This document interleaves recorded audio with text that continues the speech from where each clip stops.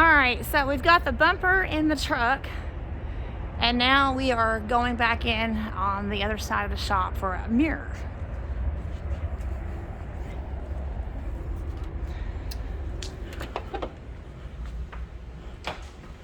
So Stephen walked down this side of the store.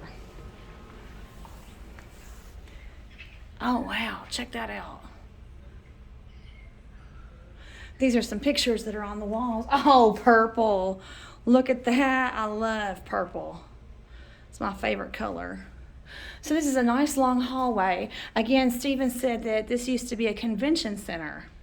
So it makes it really nice. It's just an unusual building to have the Peterbilt in a, it was a convention center. So it makes it, you got these nice long hallways and everything looks so convention center like. So it's nice, real nice. Got the offices set back here. Look at that truck, that's gorgeous. I love all of these trucks on the walls. And it just makes a really neat place. It makes a neat building. You have offices in between the two stores. So Stephen's on this side. I got one. It took me forever to get it and put it on the truck. And I guess I did put it right side up where the water would drain out. And so it got filled up. And when we had that last freeze, popped it wide open. I was like, oh man! I never even known It took me forever just to get that freaking thing. I'd have done the same thing. I didn't know they had a hole in them for the water to drain. And it, you know, most of them have a hole in the chrome in the back. Yeah. This one didn't have the holes on the chrome.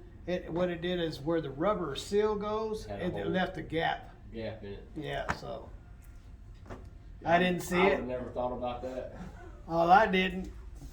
So it popped out while I was driving down the road, and I was like, what happened there? So that side is the eye candy store.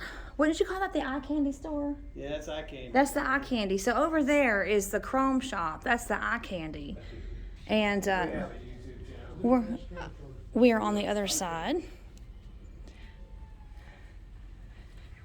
Do you watch YouTube, I sir? had a car coming out of St. Louis yesterday and took my bumper out, took off my lug nut covers, knocked off a light cover. Yeah. Yeah, it was just like in the movies where you get one stuck on the front of your bumper, you're pushing it down the road. Yeah, it's just like that. I was like, man, this is not good. I'm pushing him down the road. Oh, so I hit the jakes and he come off my bumper. I went backwards off the interstate. I come up through an intersection in Memphis, and they shut down the right lane, and there was a woman run up there in front at a red light, you know, and she pulled in front of me, and I seen her come up there, she pulled in front of me, but I was on the phone letting the broker know that he called me right there trying to see if I got unloaded. I just got unloaded. Well, when she pulled in front of me, I mean, I seen her come in there, but she was so close right there, I lost sight of her when she pulled in front of me. Well, when the light turned green, I had forgotten she had pulled in front of me. So I seen the car in front of her start going, so I let the clutch out and I started going. And I feel the truck start blowing down. I shoved the clutch in, you know, and all of a sudden she popped out in front of me right there. I didn't do nothing but knock the Yeah, dust you got a long hood in front of you, huh? Yeah, it's the same way it is for me. I got out and she got out. I think in 30 years I've done that 5 times. Yeah. Because I used to run Los Angeles.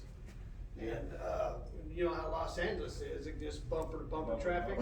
Well, you'll be driving along and they'll just squeeze right in front of you and you don't know they're there. What about the guy in New York or somewhere up there? They said he was in a wheelchair and he was trying to cross the street, and a guy in a big long-nosed Pete, the light changed before he got in front, and he started pushing that guy in the wheelchair. They said the bumper was just the right height. You know the things you hold on the wheelchair? They said it went into the bumper, between the bumper and the grill right there. And they said that boy at Peterbilt had that boy in that wheelchair up to about 25 or 30 before somebody on the sidewalk got him stopped. Oh. Really? Is that a true story? This guy yesterday, the guy that pushed down the interstate, he blacked out. Yeah. And he was 76 years old. And the officer said he blacked out. I said, well, if he hadn't blacked out, he would have freaking had a heart attack. Yeah. You imagine being pushed by a semi-truck going down the freeway?